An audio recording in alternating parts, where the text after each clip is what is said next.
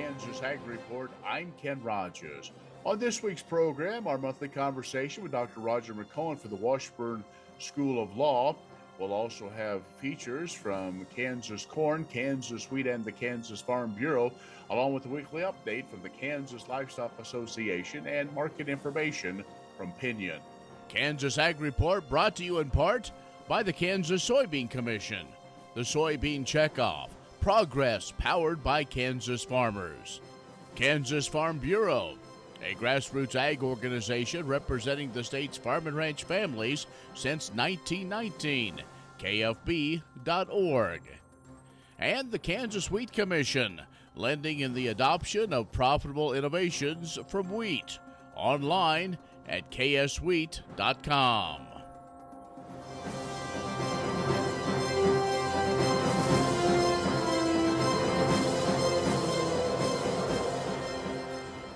In agriculture news, the inaugural Kansas Landowner Conference took place last year. It helped landowners who moved from agriculture to learn more about managing their properties and developing relationships with tenants. Well, this year, K-State Research and Extension farm economist Robin Reed said the event coordinators added a day to the conference due to the positive feedback of those who attended last year. Had a great turnout, she said. Previously, it was all in one day. Found sense that there were many issues the landowners wanted to learn more about, she said, expanding it now into 2 days, giving the participants more ability to get desired information. The conference, October 10th and 11th at the K-State Alumni Center in Manhattan. Well, Ashley Westerhold says, we know this is smack dab in the middle of harvest for some, but the target audience are those who own Kansas land, not necessarily operating the land themselves. And the Reed has said the demographic that we really want to experience this conference are those who do not necessarily grow up on the farm, or those who inherited a farm and do not know where to start on how to handle being a landowner now and working with a tenant. Now, due to the recent downturn in the farm economy, Reed said this year's event will include more breakout sessions around the topics to impact every Kansas landowner's bottom line. For crop share landowners to do their own grain marketing, she said, we have an awesome session on how to put together a marketing plan, navigate crop insurance, and select some government support programs. Some of the other sessions will revolve around components of a well-written lease, as far as leasing rates and how to effectively negotiate with tenants. Now, currently, the early bird cost of a tenant is $350 a person, $650 for two business partners. The prices will increase right away, so find out more online by Googling the K-State Department of Ag Economics. We'll take a break. Back with Dr. Roger McEowen. We return on the Kansas Ag Report. The Kansas Ag Report brought to you in part by Kansas Grain Sorghum. Growers working together. Learn more at ksgrainsorghum.org. Grass and Grain, online or in the mail, keeping Kansas farmers informed for over 60 years. grassandgrain.com.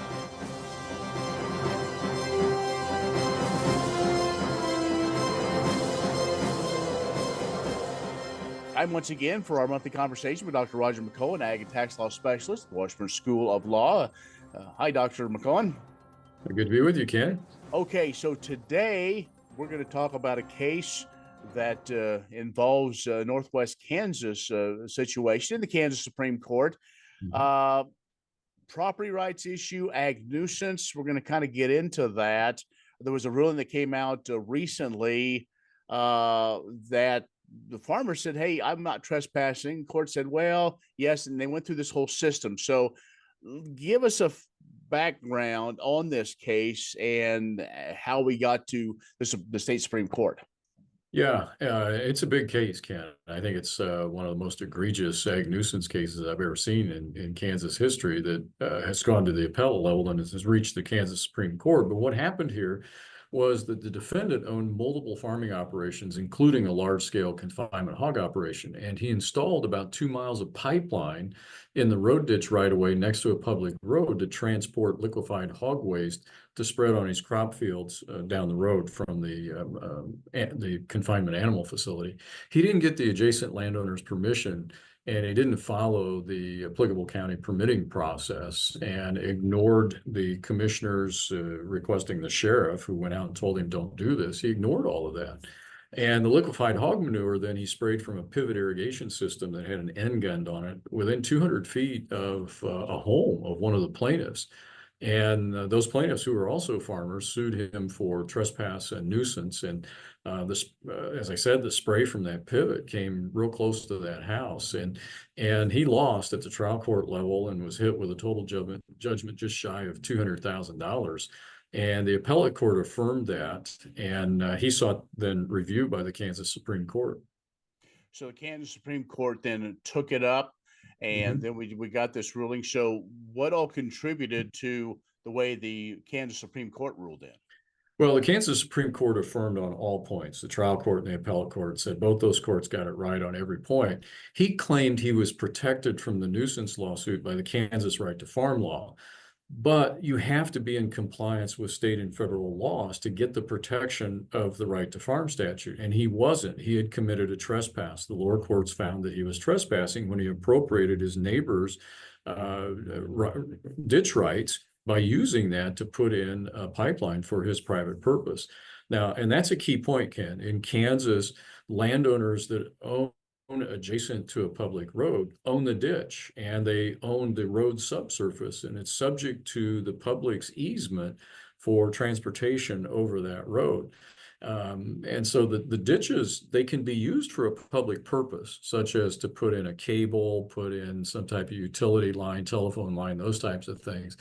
But his use was entirely private, and it was personal to him. So he was trespassing, and that eliminated the right for him to use, it eliminated him from using the right to farm law as a defense, because he was not in compliance with Kansas law, and the common law of trespass was deemed to be part of Kansas law. So let's move forward. What does this mean for the rest of Kansas agriculture, for farmers that, we know we have pretty strong right to farm laws in Kansas, property rights issue? I mean, where does this all kind of land then? Well, every state has its own right to farm law. Kansas has its own statutory protection for farmers. And this points out that it's important to know the details of your particular state statute. You want to be in total compliance with what the law requires to be able to use it as a defense to a nuisance action. And conformity with state and federal laws is often a prerequisite to be able to use the statute. And that's what the missing link was for him in this situation. We're talking with Dr. Roger McEowen from the Washburn School of Law. We'll take a quick break. We have more to discuss with him. We'll do that in just a moment.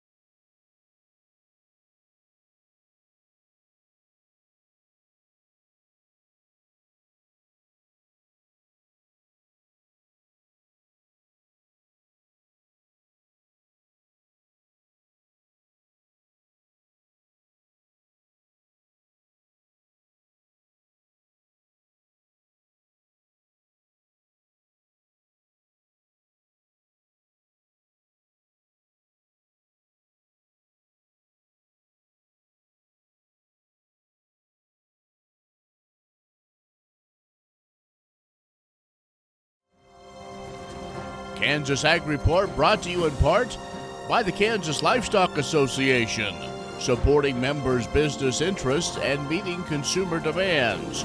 KLA.org. Oldie Seed Farms, carrying soil-specific seed. Find them on the web at oldieseed.com. That's OHLDE seed.com.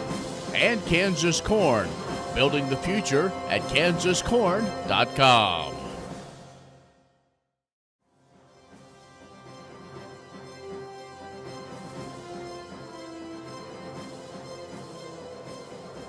Our guest is Dr. Roger McEowen for the Washburn School of Law. Our monthly conversation with him of Ag in the Courtroom.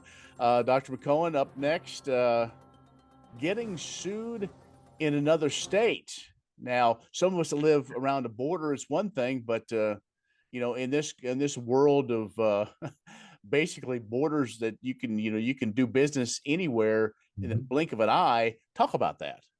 Well, we can do that indeed, Ken, online, participate in auctions, buy machinery, buy livestock. The question is, if something goes wrong with the contract I've entered into, what state law governs? And if it's a state law that is a long ways away from me, and we end up in a legal dispute, can I get hauled into court, say out in California or Oregon or Massachusetts, somewhere a long ways from Kansas? And I have to go defend myself in that state court. I have to bundle up my attorneys and send them there, and I have to travel there. It can be extraordinarily expensive to do that. Well, back in the 1940s, the U.S. Supreme Court issued an opinion on this, and the question is whether that foreign jurisdiction has personal jurisdiction over you. And they established what's known as a minimum contacts test. And basically what that means is if you have sufficient contacts with that other jurisdiction, you can get sued there. And there was a recent case on this involving a farmer in Michigan who bought seed from an elevator in Indiana, and he was about 20 miles away from that elevator. It's just a little bit over the state line. And this was the third time he had done it. Well, when the seed was ready for him to pick up, he didn't pay for it. And so the elevator sued him in the Indiana state courts, and he claimed, well, I'm not subject to getting sued in Indiana. I live in Michigan. My farming operation's in Michigan. And the court said, no. This wasn't the first time you've done business in Indiana, and this was a contract you entered into in Indiana. You availed yourself of the benefits of doing business in Indiana, and to defeat his due process claim, they said, your farm's only 20 miles away from the elevator. It's not inconvenient for you. So there's a whole bunch of factors the courts go through. The lesson here is be aware that you possibly could get hauled into court in a different state if you do enough business there. Yeah, again, back to that buyer beware. So, yeah. All right, as we kind of wrap up, put all this thing together, this time of the year with harvest getting about ready to get started, folks maybe say, this might be the last one. Maybe I want to retire. Maybe I'm getting to that age where, take Social Security and get some plans in place. There's some things that probably farmers need to be aware of instead of just not waking up one morning and saying, you know what, today's the day. Yeah, a lot of farmers don't retire, they just die. But I often get asked the question, well, when should I start drawing Social Security benefits? Well, the answer to that is tell me when you're going to die, and then I'll tell you when you should start drawing your Social Security benefits to maximize the amount you can receive. Well, we don't know. This is not a precise science because we can't predict our deaths with any type of accuracy. But there are a couple of basic principles here. And one is once you reach full retirement age, that's kind of a plateau. And then full retirement age is between ages 66 and 67. And then age 70, and you kind of maximize your benefits once you reach full retirement age, but then you can get another bump at age 70, and there's some spousal benefits that come into play too. And that's a basic point there. Another point is that if you want to continue to work after you've started to receive your Social Security benefits, then there's a potential that those benefits can be reduced if you start withdrawing too early. For example, in 2024, if you haven't reached full retirement age yet and you earn more than $22,320, your benefits get reduced $1 for every $2 you go above that limit. Now, during the year in which you reach full retirement age, the earnings limit goes up to $59,520 this year. And you have $1 that you lose in your benefits for every $3 that you go over that limit. And then once you hit full retirement age, the limit on earnings drops off. That's why you see a lot of older people that'll be working in a retail store or something. They're drawing Social Security and they're not reducing their benefits because they're older. So when should you start drawing benefits? Again, Ken, I'd say it depends. And I would also say, draw them. This is one strategy, and this isn't for everybody, but if you want to draw them as soon as you're eligible to take them out, say at age 62, yeah, you won't get as much, but if you are disciplined enough to take every penny that you would draw and invest it, you'll beat out the increase that you could ever receive in Social Security. But you got to be disciplined to do that. Anything quickly on retirement planning that need to be aware of? Well, in terms of retirement planning and estate planning, avoid the obvious mistakes, and we see some of this that's relevant with respect to farming operations. And I'd say one of the big ones of those in a farming operation is if I have heirs that are both on-farm and off-farm heirs, yeah, a lot of times parents are going to want to treat their kids. They want to be fair, but that doesn't mean that we divide up all of the assets and give each child an equal portion of all of the assets. In fact, that can cause more problems than it would solve. And that's a big one right there. And watching your title ownership on property, make sure that that is consistent with your overall estate planning goals. And that includes not just your jointly held real estate and your home. That includes IRAs, life insurance policies, any document that has a beneficiary designation. Make sure all of those designations line up with your overall estate plan. Those are a couple of the big ones. We could go on and talk about that for quite some time, but those are two to take a look at. And then once you have a plan in place, revisit it periodically to make sure it's up to date. And you can find out more on your blog about this topic and others, right? Right, and that's washburnlaw.edu/WALTR, and also those run on Ag Manager through the Department of K-State, or Department of Ag Econ at K-State. All right, Dr. McEowen, as always, appreciate the time. Thank you, Ken. Dr. Roger McEowen from the Washburn School of Law. He's an ag and tax law specialist, joins us monthly here for the update of agriculture in the court system. We'll take a break, back with more in just a moment. Stay with us. Premier Farm and Home has what you need to make your lawn the best in the neighborhood.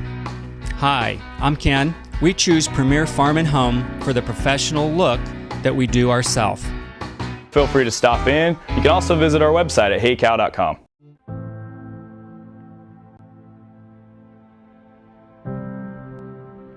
Mental health is really important to me. Not only have I struggled myself, but I've watched other farmers struggle.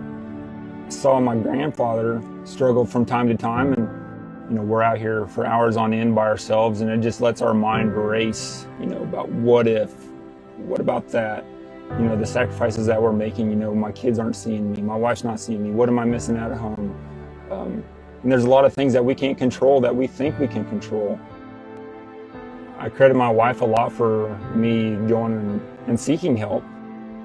I respect all the women in her shoes that do what she does on a daily basis. I think I've become a stronger person by talking about it, and I hope that my story helps other farmers talk about their struggles and feel like it's okay to talk about it, because it's one of those things that if we don't talk about it, nobody knows that we're struggling, and the struggle is real.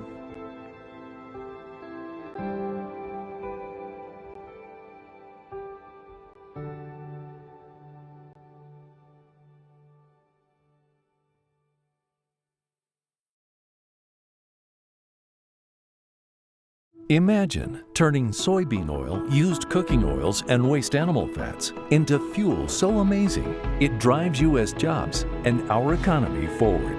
Learn more about biodiesel at americasadvancedbiofuel.com.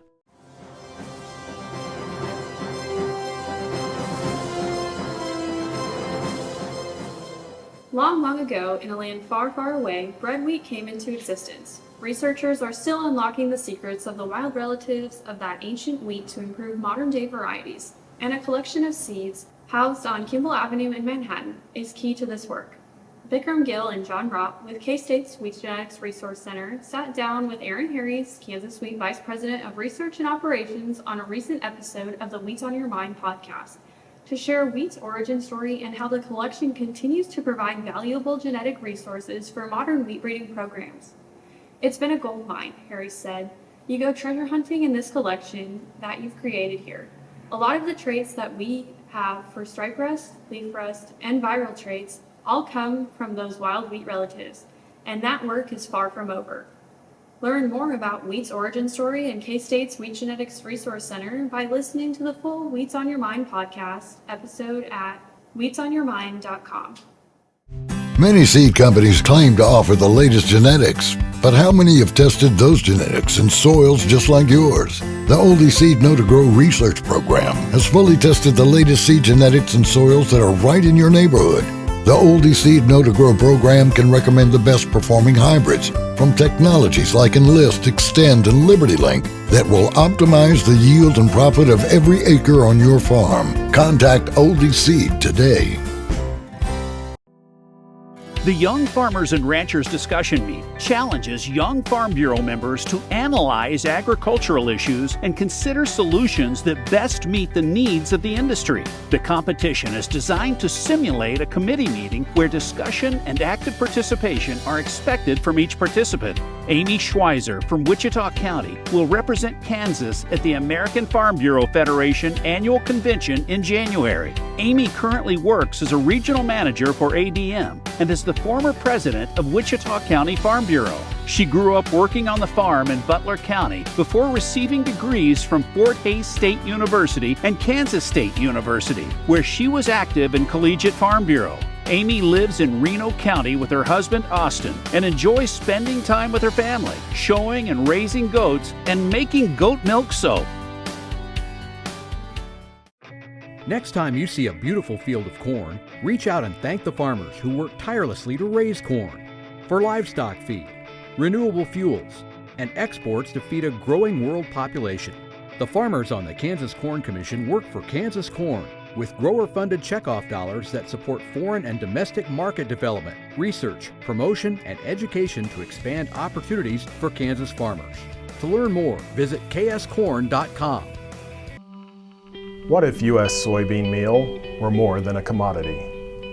If seed companies and the soybean checkoff built a better variety? That future is here. The time is now. To meet end-user demands, the soybean checkoff is investing in the compositional quality of soybeans, including meal. A message from the Kansas Soybean Commission, the Soybean Checkoff, progress powered by Kansas farmers.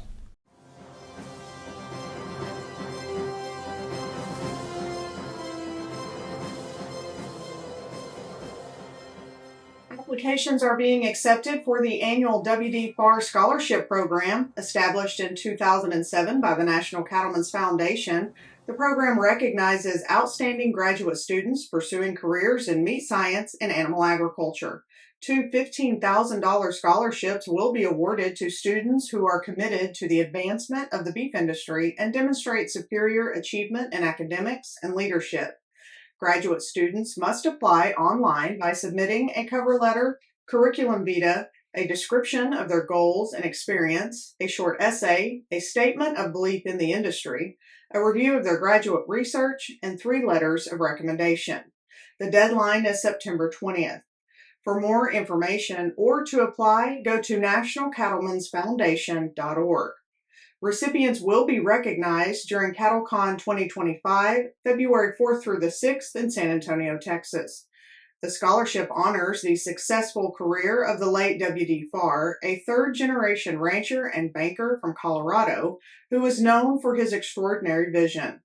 Farr was the first president of the National Cattlemen's Foundation and served as president of the American National Cattlemen's Association, which later became the National Cattlemen's Beef Association. Imagine turning soybean oil, used cooking oils, and waste animal fats into fuel so amazing it drives U.S. jobs and our economy forward.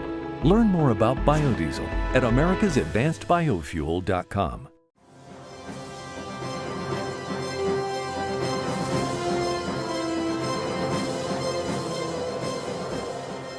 Good morning. I'm Jake McCall with Pinion Risk Management. This week, most of the grain trade was centered around positioning for and reacting to the September WASDE report that came out on Thursday the 12th.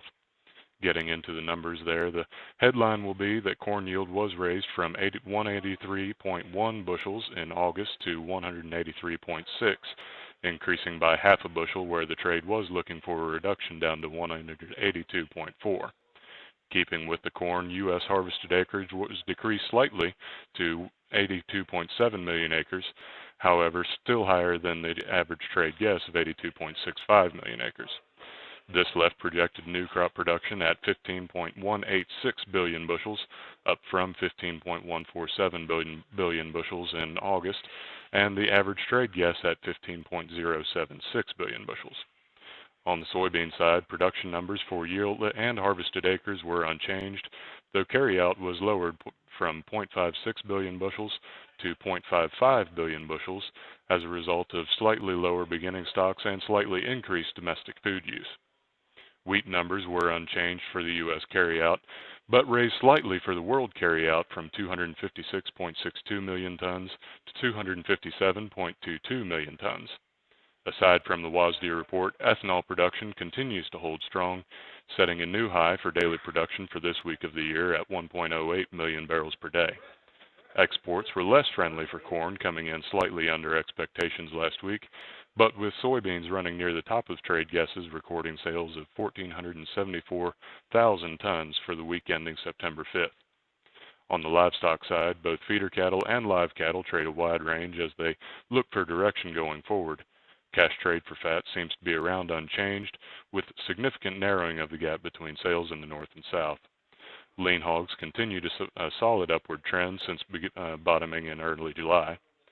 In outside markets, crude oil looks to build support after an aggressive sell-off to begin the month of September, while the dollar remains range-bound. If you have any questions or would like to have a discussion on your marketing plans, feel free to give us a call at 888-452-8751. I'm Jake McCall with Pinion Risk Management, and I hope you have a great day. The Kansas Wheat Innovation Center in Manhattan is rediscovering ways to get improved varieties and new genetics in the hands of farmers faster. Grower-led and checkoff-funded research initiatives are bringing about positive change. This grassroots leadership provides a strong voice in Topeka and Washington, D.C. Now is the time to partner with Kansas Wheat in moving wheat forward. Kansas Wheat Commission and Kansas Association of Wheat Growers.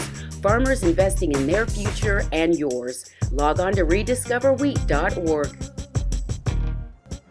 That'll do it for our program this week. Thank you so much for joining us. Be social with us online, kansasagreport.net, or our social media channels. I'm Ken Rogers. We'll see you next week on the Kansas Ag Report. What does a brighter, more sustainable future look like in our cities and towns, and how do we get there? When New York needed an alternative fuel source to reduce carbon emissions, the city found what it needed in biodiesel made from U.S. soybean oil.